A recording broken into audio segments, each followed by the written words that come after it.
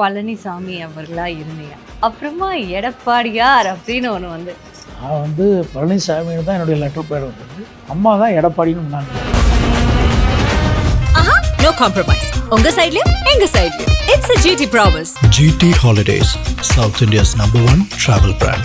Launching Athisaya One World, அதிசயங்களின் ஆரம்பம். உங்கள் தங்க நகையை விற்று உடனடி பணம் பெற மேக்ஸ் கோல்ட். கால் 04445454545. நீங்க 74ல வந்து பொறுப்பு எடுத்தப்போ நீங்க நினைச்சீங்களா ஒரு நாள் நம்ம வந்து சீஃப் மினிஸ்டர் ஆகும்? நான் எதுவுமே நினைக்கல. இளைச் செயலாளராக பணியை தோக்கணும். இறைவன் படிப்படியாக உழைப்பு. ஏன் சார் அரசியல்வாதிகளை பார்த்தாலே கொஞ்சம் பயப்படணும்னு ஒரு சினிமா பார்த்து அது அப்படி ஆயிடுச்சா? இப்போ நீங்கள் என்கிட்ட பேசிகிட்டு இருக்கிறீங்க, பயந்துக்கிட்டே பேசிகிட்டு இருக்கிறீங்க. எப்பவுமே இப்படி பொறுமையாக தான் இருப்பீங்களா சார்? உங்களுக்கு கோவமே வராதா? கோபம் வரும், வர நேரத்தில் வரும். வர வேண்டாம், நான் சும்மா கேட்டேன் அவ்வளோதான். அதாவது ஒரு மனிதனாக இருந்தால் சந்தோஷமும் இருக்கும், கோபமும் இருக்கும், துக்கமும் இருக்கும். அதுவும் மனித வாழ்க்கையில் இயற்கையாக. பேச்சு திறமை எப்படி சார் நீங்க வளர்த்துக்கிட்டீங்க? நீங்கள் தான் சொன்னீங்களா 51 வருஷம், 51 ஆண்டு காலம் இருந்துட்டுல. தவறுதான், இருந்தாலும் ஒரு 51 ஆண்டு காலம் இந்த அரசியல் இருந்தனால படிப்படியாக என்னுடைய தலைவர்கள் பேச்சு கேட்கறது. ஃபேவரட்டான பாஸ்ட் டைமே உங்க பேர பசங்களோட அப்படின்னு சொன்னாங்களே, அப்படியா? ஆமாம், பையன் பேரன் இருக்கும், பேத்தி இருக்கு, 2 பேரும் தான் எல்லாம் இருக்காங்க. ஆனால் அதுக்கு போதிய நேரம் யார் கிடையாது. உங்களை பயங்கரமா மிரட்டுவா? பேரனா பேத்தியா? 2 பேருமே அப்படிலாம் இல்லை. இப்போ 2 வயசு தான் பேத்திங்க. அச்சோ, மறக்கவே மாட்டேன் எனக்கு இது கிடைச்சது அப்படின்னா நீங்க எது சொல்லுவீங்க? ஒவ்வொரு மனிதனுக்கும் வாழ்க்கையில் நிச்சயமாக ஒன்று நடக்கும். அது நான் வந்து என்னுடைய இயக்கத்தில் கடினப்பட்டு உழைத்ததுக்கு முதலமைச்சர் கிடைச்சது. அதேபோல் பொன்மனச்செம்மல் புரட்சித் தலைவர் எம்ஜிஆர் தோற்றுவித்த கட்சிக்கு, அம்மா கட்டி கேட்ட கட்சிக்கு, இந்த கட்சியினுடைய பொதுச் செயலாளர் வருகின்ற ஒரு வாய்ப்பு. எப்பவுமே உங்களை அரசியல் கேள்விகளே கேட்டு உங்களை மடக்கி அந்த மாதிரி என்னென்னமோ கேள்வி கேட்க. ஏன் அரசியலில் என்னை கேள்வி மடக்கிற அளவுக்கு யாருக்குமே ஆனா அவங்க இல்லை, நினைச்சிட்டு சரக்கு இல்லையே. சரக்கு இருந்தால் தானே அது மடக்க முடியும். என்னை பொறுத்தளவுக்கு அரசியல் எந்த கேள்வி கேட்டாலும் பதில் சொல்கிற அளவுக்கு திறமை இருக்குது. இதுதான் கொஞ்சம் கஷ்டம். இது வந்து குடும்பத்தையும் அரசியலையும் இணைக்கிற போது ரொம்ப ஜாக்கிரதையாக பேச வேண்டும், ரொம்ப கேர்ஃபுல்லாக இருக்கும்.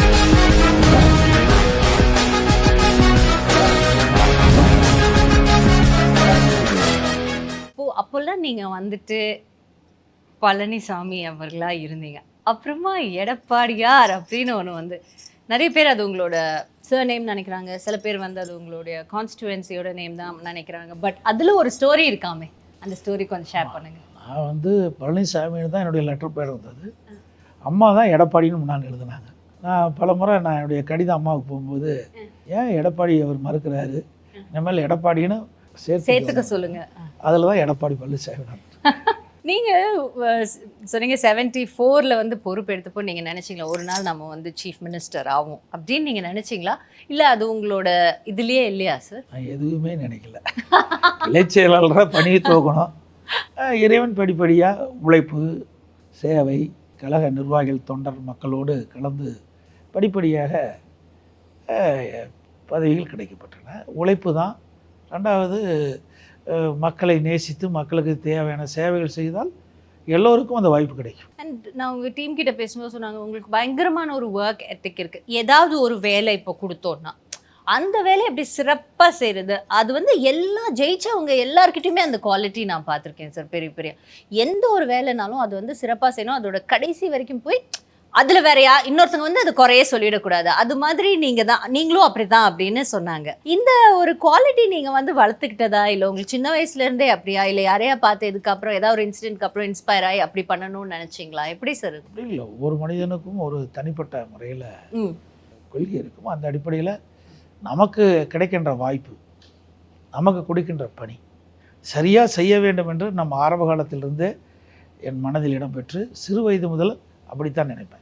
பிஸ்னஸாக இருந்தாலும் சரி, அது அரசியலாக இருந்தாலும் சரி, எதுவாக இருந்தாலும் நமக்கு கிடைக்கின்ற வாய்ப்பு, நமக்கு கிடைக்கின்ற பணி சிறந்த முறையில் செய்து அதை வெற்றி காண வேண்டும். அப்படிப்பட்ட இலக்கு நோக்கி தான் நான் பயணம் பண்ணேன். அது நல்லா வெற்றி கொடுத்துட்டே இருக்குது. ஒரு சில நேரத்தில் நீங்கள் சொன்ன மாதிரி தோல்வியும் கிடைக்கும். ஆக வெற்றி தோல்வி என்பது மனிதனுக்கு இயற்கையாக அமைவது தான். அதை பற்றி நாம் சிந்திச்சோமா நம்ம மீண்டும் நம்முடைய எதிர்கால வாழ்க்கையை பயணம் செய்ய முடியும், நோக்கி போக முடியாது, இதிலேயே தங்கிடும். நீங்கள் ஸ்டூடெண்ட்ஸ் பற்றி இவ்வளோ சொன்னனால நான் கேட்குறேன் சார்.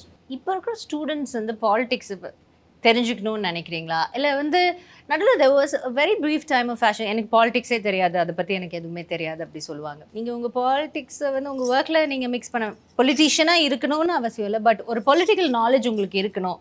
ஏன்னா நீங்கள் வாக்களிக்கும்போது உங்களுக்கு அது தெரியணும் அப்படின்னு நான் வந்து பர்சனலாக நினைப்பேன். இது எவ்வளோ தூரம் சரி? இல்லைன்னா அந்த யங் ஸ்டூடெண்ட்ஸுக்கு நீங்கள் என்ன சொல்லுவீங்க? அவங்க வந்து இப்போது அந்த மாதிரி இப்போ யங் ஸ்டூடெண்ட்ஸ் இருக்காங்கன்னு வச்சுக்கோங்களேன், அப்போ எனக்குலாம் பாலிடிக்ஸில் எனக்கு தெரியாது, எனக்கு அதெல்லாம் சரி வராது அப்படி சொல்கிறாங்கன்னா நீங்கள் என்ன அவங்களுக்கு அட்வைஸ் பண்ணுவீங்க? அதாவது அந்த காலம் வேறு, இந்த காலம் வேறு. அந்த காலத்தில் வந்து கல்லூரியில் குறைவு, அதே மாதிரி படிக்கின்றவங்களும் குறைவு தான். ஏன்னா அந்த அளவுக்கு வசதி வாய்ப்புகள் இருக்க வேணும். பெரும்பாலும் தனியார் கல்லூரியில் தான் அதிகமாக இருந்தது, அரசு கல்லூரி மிக மிக குறைவு. அந்த காலகட்டத்தில் பெரும்பாலும் விவசாயிகள், வியாபாரி, அவருடைய குழந்தைகள் தான் கல்லூரியில் படிச்சுட்டு இருந்தது. அப்போ எல்லாவற்றையுமே தெரிந்து கொள்ளக்கூடிய வாய்ப்பு கிடைச்சது. கரெக்ட். இன்றைய சூழ்நிலையில் பெற்றோர்களே தன்னுடைய குழந்தைகள் நல்லா படித்து வேலை வாய்ப்புக்கு போக வேண்டும் என்று எண்ணுகின்ற காரணத்தினால தான் நம்முடைய மாணவ செல்வங்கள் அந்த அரசியலுடைய ஈடுபாடு குறைஞ்சி போச்சு. நிறைய பெற்றோர்கள் வந்து நம்முடைய குழந்தைகள் அரசியலில் இருக்கக்கூடாதுன்னு நினைக்கிறாங்க. அதில் போனால் சில பெற்றோர், எல்லாரும் இல்லை, இப்படி ஏதாவது ஆயிடுவாங்களா அப்படி ஒரு அச்சம். ஆக தன்னுடைய குழந்தை நல்லா படிக்கணும், ஒரு சிறந்த அறிவாளியாக இருக்கணும், சிறந்த முறையில் அப்படி வாழ்க்கை அமைச்சு கொள்ளணும் அப்படிங்கிற காலகட்டம் இந்த காலகட்டம். அதனால் அதுக்கு தக்கவாறு தான் மாணவர்கள் இருக்கிறாங்க. அதனால் அவர்கிட்ட எந்த குறைபாடும் கிடையாது. ஆனால் அரசியல் தெரிந்து கொள்ள வேண்டும், அது முக்கியம். ஏன்னா ஒரு நாடாகட்டும் ஒரு மாநிலமாகட்டும் மக்களை நம்பி தான் இருக்குது. அந்த மக்களுக்கு எந்த அரசு நன்மை செய்யுது என்பதை சீர்தூக்கி பார்த்து அதை சரியான முறையில் திட்டமிட்டு அவர்களை தேர்ந்தெடுக்க வேண்டும். அது மாணவர் கையில் தான் இருக்குது. மாணவர்கள் நினைத்தால் எதையும் சாதிக்கக்கூடிய திறமை, வலிமை அவரிடத்தில் இருக்குது. அதை அந்த காலகட்டத்தில் அவர் பயன்படுத்த வேண்டும். கரெக்ட். நீங்கள் சொன்னது ஆனால் ஒரு வேலிடான பாயிண்ட் தான் சார். அப்போது வந்து நிறைய ஃப்ரீ டைம் இருந்தது.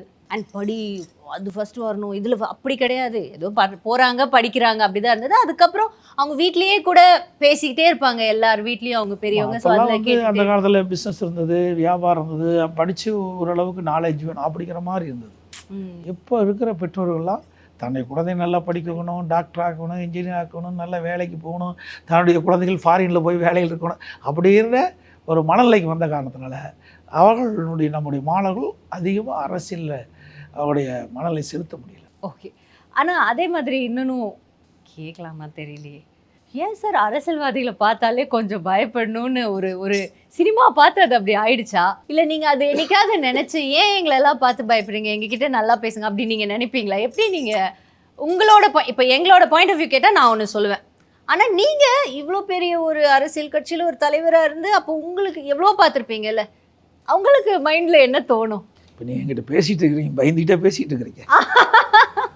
எனக்கு கொஞ்சம் எவ்வளோ அழகாக பேசிகிட்டு இருக்கிறீங்க, எவ்வளோ சிரித்து பேசிகிட்டு இருக்கிறீங்க. ஆக அப்படி ஒரு படத்தில் சித்தரிக்கிறாங்க. அதாவது திரைப்படம் என்பது வேறு, மக்களை ரசிக்க வைப்பதற்காக அதை எடுக்கிறாங்க.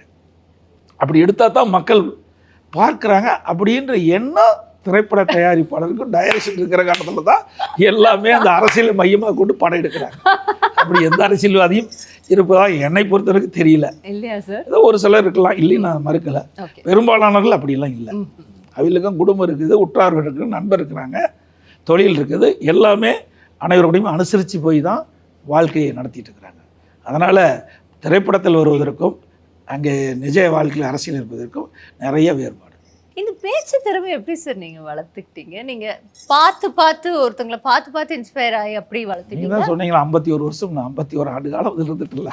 தவறுதான் இருந்தாலும் ஒரு 51 ஆண்டு காலம் இந்த அரசியல் இருந்ததுனால படிப்படியாக என்னுடைய தலைவர்கள் பேச்சு கேட்குறது, நிறைய புத்தகத்தை படிக்கிறது, நிறைய பத்திரிகைகள் படிப்பது, ஊடகத்தை பார்ப்பது, இதிலிருந்து நம்ம கிடைக்கின்ற செய்தியை வச்சு தான் நம்ம வளர்த்துக்கணும். ஸோ நம்ம படிக்கிறத வச்சு தான் நம்ம பேசுவோம். படிப்பு, அந்த நாலேஜ், நம்முடைய வாழ்க்கையில் நடக்கிற நடைமுறைகள், இதெல்லாம் நமக்கு ஒரு ஆக்கப்பூர்வமான வளர்ச்சிக்கு துணை நிற்கும். இன்னொரு பர்சனல் கொஸ்டின் கேட்குறேன் சார். அரசியல் ஆங்கிள் இருந்து நான் கேட்கல, பட் மக்கள் ஏதாவது ஒரு விஷயத்துக்காக ஏதோ ஒரு நடக்குது, ஒரு கஷ்டமான ஒரு கஜா புயலே வச்சுக்கோங்களேன், நடக்குது, அதில் எவ்வளோ சங்கடங்கள், எவ்வளோ மக்கள் கஷ்டப்படுறாங்க. அதை பார்க்கும்போது நாங்கள்லாம் டிவியில் பார்க்க எங்களுக்கு ரொம்ப கஷ்டமாக இருக்கும். 2-3 நாள் எங்களுக்கு அதில் ஒரே ஃபீலிங்காகவே இருக்கும். சே, ஏன்டா இப்படி நடக்குது, ஏன் இப்படி கடவுள் பண்ணுற, அந்த மாதிரிலாம் எங்களுக்கு தோணும்.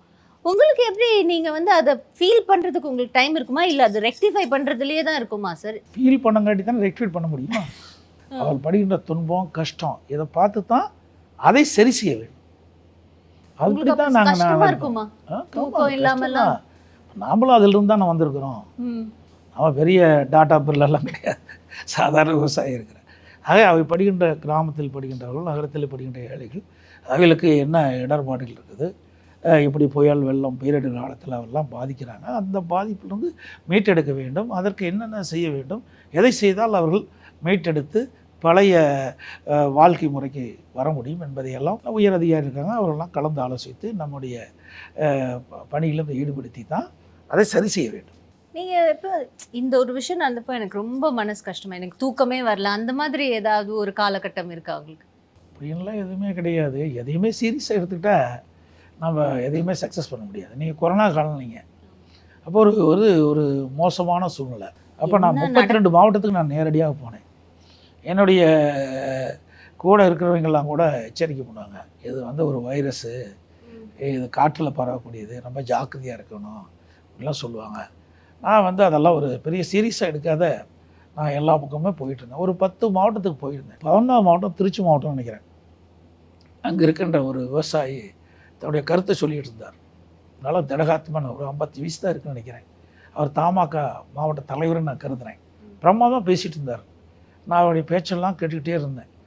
விவசாயத்தில் என்னென்ன செய்வோம்னு சொன்னேன். ஏன்னா நான் விவசாயத்தில் அதிகப்பட்டுள்ளனால அவர் இப்படி கொரோனா காலத்தில் விவசாயிகள் இப்படி பாதிக்கப்பட்டார். அப்போ கடைசி 5 நாள் கழித்து அவர் இறந்துட்டார். அப்போ தான் எனக்கு ஒரு பயம் வந்தது.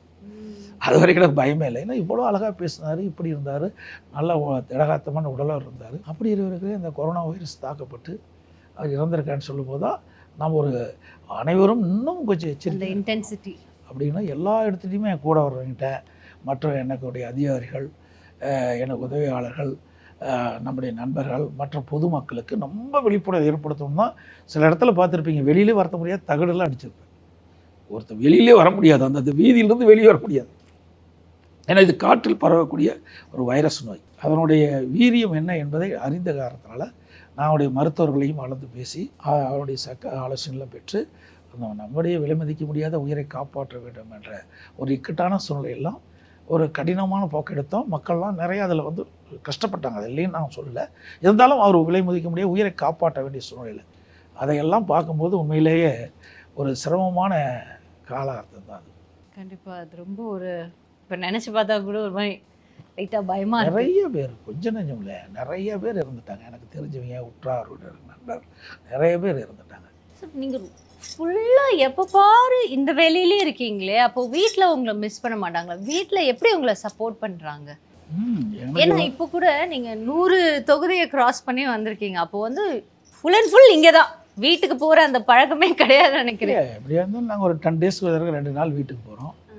அப்புறம் இப்போ தான் உங்களுக்கு வலைதளம் வந்துடுது இல்லைங்க, அப்பப்போ பேசிக்கிறோம். வாட்ஸ்அப் கால்லேயே வராங்க, நேரில் பேசுகிற மாதிரியே பேசுகிறோம்ல, வாய்ப்பெல்லாம் இப்போ இருக்குது. இந்த காலகட்டம் இதை விட நீங்கள் யங்காக இருந்தப்போ இன்னும் தீவிரமாக வேலை செஞ்சுருப்பீங்களே. தீவிரமாக வேலை செஞ்சாலும் இப்படிப்பட்ட இக்கட்டான சூழ்நிலாம் அப்போ இல்லை. உங்கள் வீட்டில் உங்கள் மனைவி உங்களுக்கு எவ்வளோ சப்போர்ட்? நல்லா சப்போர்ட் பண்ணுவாங்க. ஏன்னா உங்களுக்கு ஃபேவரட்டான பாஸ்டைமே உங்கள் பேர பசங்களோட அப்படின்னு சொன்னாங்களே, அப்படியா? ஆமாம் ஆமாம், எங்கள் பையன் பேரன் இருக்கும், பேத்தி இருக்கும், 2 பேரும் தான் நல்லா இருப்பாங்க. ஆனால் அதுக்கு போதிய நேரம். யார் உங்களை பயங்கரமாக மிரட்டுவா, பேரனா பேத்தியா? 2 பேருமே அப்படிலாம் இல்லை, அவங்கள அன்போடு தான் இருப்பாங்க. பேரனும் நல்லா இருப்பான், பேத்தி ரொம்ப செல்லம். இப்போ 2 வயசு தான் பேத்திக்கு. ஆச்சோ. பேரன் நல்லா இருப்பான், பேத்தியும் அப்போ தான் வயசு 2 வயசு தான். சார், உங்களுக்கு கிடைச்ச ஒரு பெஸ்ட் காம்ப்ளிமெண்ட், நான் மறக்கவே மாட்டேன் எனக்கு இது கிடைச்சது அப்படின்னா நீங்கள் எது சொல்லுவீங்க? அதாவது ஒவ்வொரு மனிதனுக்கும் வாழ்க்கையில் நிச்சயமாக ஒன்று நடக்கும். அது நான் என்னுடைய இயக்கத்தில் கடினப்பட்டு உழைத்ததுக்கு முதலமைச்சர் பொறுப்பு கிடைச்சது மிகுந்த மகிழ்ச்சி. அதேபோல் பொன்மனச்செம்மல் புரட்சித் தலைவர் எம்ஜிஆர் தோற்றுவித்த கட்சிக்கு, அம்மா கட்டிக்கத்த கட்சிக்கு, அந்த கட்சியினுடைய பொதுச் செயலாளர் வருகின்ற ஒரு வாய்ப்பு கிடைச்சது. ரெண்டுமே ஒரு பெரிய வாய்ப்பு. அந்த 2 வாய்ப்பின் மூலமாக மக்களுக்கு தேவையான சேவைகள் செய்வதற்கு ஒரு வாய்ப்பு எனக்கு பிரகாசமாக கிடைச்சது. இது 2மே மறக்க முடியாது. இப்போ நீங்கள் ஏதோ ஒரு சேவை ஒன்று செய்கிறீங்க, அதுக்கு பண்ணி அது வந்து சக்ஸஸ் ஆயிடுச்சுன்னா உங்களுக்கு அது ரொம்ப சந்தோஷமாக இருக்குமா சார்? ஆமாம், அதாவது இப்போ பல ஆண்டுகளாக விவசாயிகள் வந்து டெல்டா மாவட்டத்தில் அச்சத்தோடு வாழ்ந்துருந்தாங்க. அவருடைய நிலங்களெல்லாம் பறி போய்விடும் என்ற ஒரு அச்சத்தில் இருக்கின்ற பொழுது அந்த விவசாயிகளை பாதுகாக்கின்ற விதமாக பாதுகாக்கப்பட்ட வேளாண் மண்டலம் என்ற டெல்டா மாவட்டத்தில் அவர்களுக்கு ஒரு சட்ட பாதுகாப்பு பெற்றுத்தந்தேன். அது ஒரு மகிழ்ச்சி. ஒரு பல லட்சம் விவசாயிகள் அதிலிருந்து அவர்கள் வந்து அந்த பாதுகாக்கப்பட்ட வேளாண் மண்டலத்தின் மூலமாக ஒரு சட்ட பாதுகாப்பு கிடைச்சது. அதே போல் அரசு பள்ளி படித்த மாணவர்கள், பெரும்பாலும் ஏழை மாணவர்கள், நடுத்தர மக்கள் தான் படிக்கிறாங்க. அந்த மாணவர்கள் அவர்களும் மருத்துவராக வேண்டும், பல் மருத்துவராக வேண்டும் என்று எண்ணம் மனதில் இருந்தது. அவருடைய கனவை நிறைவாக்க வேண்டும் என்றதுக்காக 7.5% உள் இடஒதுக்கீடை கொண்டு வந்து சட்டமாக்கப்பட்டு அதன் மூலமாக இன்றைய தினம் சுமார் 2818 பேர் இன்றைக்கு மருத்துவக் கல்வி கிடைக்கக்கூடிய வாய்ப்பை எங்களுடைய ஆட்சி காலத்தில் ஏற்படுத்தி கொடுத்தோம். அது ஒரு பெரிய மகிழ்ச்சி. 3வது, நீர்நிலைகள் பாதுகாக்கப்பட வேண்டும். நீர் மேலாண்மை அது சரியாக செயல்படுத்த வேண்டும் என்ற அடிப்படையில் பல ஆண்டுகளாக தமிழகத்தில் ஏரி, குளம், குட்டை, அணைகள்லாம் தூர்வாராமல் இருந்தது. அதை அனைத்து இந்திய அண்ணா திராவிட முன்னேற்ற கழக அரசு சரியான நேரத்தில் தூர்வாருகின்ற பணியை மேற்கொண்டோம். பருவ காலங்களில் பெய்கின்ற நீர் முழுவதும் சேமித்து வைத்து கோடை காலத்தில் நிலத்து நீர் உயரச் செய்து விவசாயிகளுக்கு தேவையான நீர், குடிப்பதற்கு தேவையான நீர் கிடைக்கக்கூடிய சூழ்நிலையை ஏற்படுத்தி கொடுத்தோம். இதையெல்லாம் ஒரு வரலாற்று சாதனையாக நான் பார்க்குறேன். இப்போ நீங்கள் டிசிஷன்ஸ் எல்லாம் டக்குன்னு எடுத்துருவீங்களா, இல்லைன்னா பொறுமையாக யோசிச்சு அப்படி தான் எடுப்பீங்க? எப்படி ஒரு டிசிஷன் எப்படி எடுக்கிறீங்க? அதாவது மக்களுக்கு பயனளிக்கக்கூடிய திட்டங்கள் விரைந்து எடுத்தால் தான் அந்த மக்களுக்கு பயனுள்ளதாக இருக்கும். காலம் தாழ்த்தி எடுத்தால் அதனால் மக்களுக்கு முழுமையாக பலன் கிடைக்காது. அதனால் என்னுடைய உயர் அதிகாரிகள் இருக்காங்க, அவர்களோடு கலந்து ஆலோசிக்கப்பட்டு அதில் விரைவாக எந்த திட்டத்தை அறிவித்தாலும் விரைந்து முடிக்க வேண்டும் என்பது தான் என்னுடைய நோக்கம். அந்த நோக்கத்தின் அடிப்படையில் அனைத்து இந்திய அண்ணா திராவிட முன்னேற்ற கழக அரசு இருக்கின்ற பொழுது நான் முதலமைச்சர் இருந்த காலகட்டத்தில் விரைந்து நடவடிக்கை எடுத்து பல திட்டங்கள் குறுகிய காலத்தில் நிறைவேற்றி அந்த பலன்கள் முழுமையாக மக்கள் கிடைத்தது. நீங்கள் எப்போவுமே இப்படி பொறுமையாக தான் இருப்பீங்களா சார்? உங்களுக்கு கோபமே வராதா? கோபம் வரும், வர நேரத்தில் வரும். வர வேண்டாம், நான் சும்மா கேட்டேன், அவ்வளோதான். அதாவது ஒரு மனிதனாக இருந்தால் சந்தோஷமும் இருக்கும், கோபமும் இருக்கும், துக்கமும் இருக்கும். அதுவும் மனித வாழ்க்கையில் இயற்கை அமைவது. ஆகவே கோபம் மட்டும் அது வந்து நம்முடைய வாழ்க்கைக்கு ஒரு இடையூறாக அமைஞ்சிடும், நம்முடைய வளர்ச்சிக்கு ஒரு தடையாக அமைஞ்சிடும். அதை தவிர்ப்பது நல்லது. சில காலகட்டத்தில் அது நம்ம அறியாமலேயே அதை வந்து கோபம் வந்துவிடும். அதை மனித குலத்துக்கு இருக்கின்ற இயற்கை. நார்மல் சுற்றுலா ஃபாரின் ட்ரிப்ஸ் போகும்போது கூட நீங்கள் எப்போவுமே இதுதான் நினச்சிடும், இல்லை ஏதாவது கொஞ்சம் ஓகே ஒரு ரிலாக்ஸ் பண்ணுவோம் அப்படின்னு சொல்லிட்டு நீங்கள் எந்த ஃபாரின் கண்ட்ரிலையும் ரிலாக்ஸ் பண்ணதே கிடையாதா சார்? ரிலாக்ஸ் பண்ணுற அளவுக்கு நேரம் இல்லை. அதான் பார்த்தீங்கன்னா இங்கே தமிழ்நாட்டில் நல்ல மருத்துவ சிகிச்சை அளிக்க வேண்டும். அதுக்காக கிங்ஸ் ஹாஸ்பிட்டலுக்கு போனேன். அங்கே பூரா பார்வையிட்டேன். அங்கே இருக்கிற மருத்துவரோடு கலந்து பேசணும். அதே போல் நம்முடைய விவசாயிகளுக்கு இரட்டிப்பு வருமானம் கிடைக்க வேண்டும், அது கால்நடை மூலமாக கிடைக்க வேண்டும் என்பதற்காக அமெரிக்கா செல்கின்ற பொழுது பஃபலோ பால் பண்ணைக்கு போய் அங்கே இருக்கிற பசு எப்படி வளர்க்குறாங்க, அது எவ்வளோ பால் கொடுக்குது, அதையெல்லாம் கேட்டறிந்து நம்முடைய மாநிலத்தில் அந்த பசுக்களை வளர்த்து நம்முடைய விவசாயிகளுக்கு இலவசமாக கொடுக்கணும்னு ஒரு திட்டத்தை வகுத்து உயர் அதிகாரிகளுடைய ஆலோசனை பெற்று வெளிநாட்டு அங்களுடைய இந்த கால்நடை வளர்ப்புடைய அவருடைய ஆலோசனை பெற்று கால்நடை பூங்கா என்ற ஒரு மிகப்பெரிய திட்டத்தை கொண்டு வந்து சேலம் மாவட்டம் தலைவாசல் கூட்டுரோட்டில் சுமார் ஒரு 1050 ஏக்கரில் 1000 கோடியில் அந்த பணியை துவக்கணும். அந்த பணி முடிகின்ற தருவாயில் ஆட்சி மாற்றம் ஏற்பட்டது. அதில் ஒரு பகுதி கால்நடை மருத்துவக் கல்லூரி மட்டும் நாங்கள் திறந்தேன். பிறகு ஆட்சி மாற்றத்தின் பிறகு திராவிட முன்னேற்ற கழகம் ஆட்சி வந்துடுது. அது நான் பெரிய ஒரு சவாலாக எண்ணினேன். அது வந்து விவசாயிகளுக்கு பயனளிக்கக்கூடிய அற்புதமான திட்டம். நம்முடைய சீதோசனை நிலைக்கு தக்கவாறு அங்கே ஆராய்ச்சி நிலையத்தை அமைத்து அந்த ஆராய்ச்சி மூலயமாக நம்ம கலப்பின பசுக்களை உருவாக்கி விவசாயிகளுக்கு கொடுக்குறது. இப்போ நமக்கு விவசாயிகளுக்கு வந்து ஒரு நாளைக்கு ஒரு 15 லிட்டர் பால் தான் கொடுக்கும். நாம் வளர்க்குற பசு கலப்பின பசு வந்தால் கூட அதிகமாக 15 லிட்டருக்கு மேலே கிடைக்காதுன்னு நான் கருதுகிறேன். நம்முடைய ஆராய்ச்சி நிலையம் மூலமாக கலப்பின பசுகளை அதை உருவாக்கி நம்முடைய விவசாயிகளுக்கு இலவசமாக தரும்போது 40 லிட்டர் பால் கிடைக்கும். அப்போ கிட்டத்தட்ட ஒரு 3 கறவை மாடுகள் வைத்து ஒரு விவசாயி வளர்ப்பதில் ஒரே மாட்டில் அவ்வளோ பாலை உற்பத்தி பண்ணலாம். அப்போ இரட்டிப்பு வருமானம் கிடைக்கும். அதே பொருளாதார மேம்பாடு அடையும். என்ன கிராம பொருளாதாரம் என்பது மிக முக்கியம். இன்றைக்கு தமிழகத்தை பொறுத்த வரைக்கும், இந்தியாவை பொறுத்த வரைக்கும் சுமார் 65% விவசாய பணி தான் மேற்கொள்கிறாங்க. அதை சார்ந்து தான் தொழில் இருக்குது. ஆகவே இந்த கால்நடை வளர்ப்பு ஒரு தொழிலை சிறப்பாக தமிழ்நாட்டில் செயல்படுத்தணும் தான் இந்த திட்டத்தை கொண்டாந்தோம். ஆனால் அந்த திட்டம் இந்த ஆட்சியில் இன்றைக்கி முழுமை பெறல. மீண்டும் அதிமுக ஆட்சி வந்த பிறகு இந்த திட்டத்தை வேகப்படுத்தி துரிதப்படுத்தி இந்த ஆராய்ச்சிகளை இதெல்லாம் முழுமையாக கொண்டு வந்து நம்முடைய விவசாயிகளுக்கு இந்த கலப்பின பசுக்கள், கலப்பின ஆடுகள் இதெல்லாம் நாங்கள் அந்த ஆராய்ச்சி நிலையமாக உருவாக்கி இலவசமாக தரோம். ரொம்ப ரொம்ப சந்தோஷம். நீங்கள் எவ்வளோ பிஸியாக இருக்கீங்கன்னு தெரியும். அந்த டைமில் எங்களுக்காக இந்த இவ்வளோ ஒரு டைமை ஒதுக்கி கொடுத்து கொஞ்சம் டென்ஷனாக தான் வந்தேன். நான் என்ன கேட்க போகிறேன், எனக்கு என்ன கேட்க தெரியும், இல்லை நீங்கள் வாங்க அப்படி சொன்னாங்க. அரசியல் கொஸ்டின்ஸ் இல்லை அப்படின்னாலும் நீங்கள் எல்லாமே அதை சுற்றி தான் சார் உங்கள் வாழ்க்கையை. நான் எனக்கு தெரிஞ்ச வரைக்கும் என்னோட சின்ன அறிவுலேருந்து சொல்லி நீங்கள் அதுக்குள்ளேயே தான் வாழ்ந்திருக்கீங்க. அதை தவிர்த்து உங்களுக்கு வெளியே ஒரு வாழ்க்கையே கிடையாது. எல்லாமே அதுக்குள்ளேயே தான், எந்திரிக்கிறதுலேருந்து தூங்குற வரைக்கும் இல்லையா? அப்படி தான் வாழ்ந்துட்டோம், அதுதான் தொடருது. பட் இதே மாதிரி உங்களுக்கு ஒரு நல்ல ஒரு சக்ஸஸ்ஃபுல்லான கெரியர் இன்னும் உங்களுக்கு தொடர்ந்து அமையணும். நீங்கள் எந்த கடவுள் வேண்டிக்கிறீங்களோ அவர்கிட்ட நானும் வேண்டிக்கிறேன். உங்களுக்கு இதே மாதிரி சந்தோஷமும் ஆரோக்கியமும் சக்ஸஸும் எப்பவுமே. நிறைய கேள்விகள் கேட்டீங்க. கேட்டேனா? மனசில் பட்டதெல்லாம் கேட்டீங்க. என் மனதில் பட்டதெல்லாம் நானும் சொல்லிக்கிட்டேன். ஆனா நான் எதுவும் தப்பா கேட்கல. ஐயா அப்படிலாம் கிடையாது. நடைமுறையில் இருப்பது கேட்டீங்க. எப்பவுமே உங்களை அரசியல் கேள்விகளே கேட்டு உங்களை மடக்கி அந்த மாதிரி என்னென்னமோ கேள்வி கேட்கும். அரசியலில் என்ன கேள்வி மடக்கிற அளவுக்கு யாருக்குமே ஆனா அவங்க நினைச்சிட்டு சரக்கு இல்லையே. சரக்கு இருந்தால் தானே அது மடக்க முடியும். என்னை பொறுத்தளவுக்கு அரசியல் எந்த கேள்வி கேட்டாலும் பதில் சொல்ற அளவுக்கு திறமை இருக்கு. இதுதான் கொஞ்சம் கஷ்டம். இது வந்து ஒரு குடும்ப வாழ்க்கையில நீங்க குடும்பத்தையும் அரசியலையும் இணைக்கிற போது ரொம்ப ஜாக்கிரதையா பேச வேண்டும், ரொம்ப கேர்ஃபுல்லா இருக்கணும். ஏன்னா நான் மகிழ்ச்சியோட குடும்பத்தில் இருந்துக்கிட்டு அந்த மகிழ்ச்சி அப்படியே இருக்கணும் சார். மகிழ்ச்சி அப்படியே தொடர வேண்டும். கண்டிப்பா தொடரும். அதனால என்னுடைய இதுவரைக்கும் பேட்டியில குடும்பத்துல யாருமே கேள்வி கேட்டது கிடையாது. அதான் எங்கள் குடும்பமும் அது மாதிரி தான் இருக்குது. எனக்கு அந்த வாய்ப்பு கொடுத்ததுக்கு ரொம்ப நன்றி sir. Thank you so much and all the very best. நன்றி.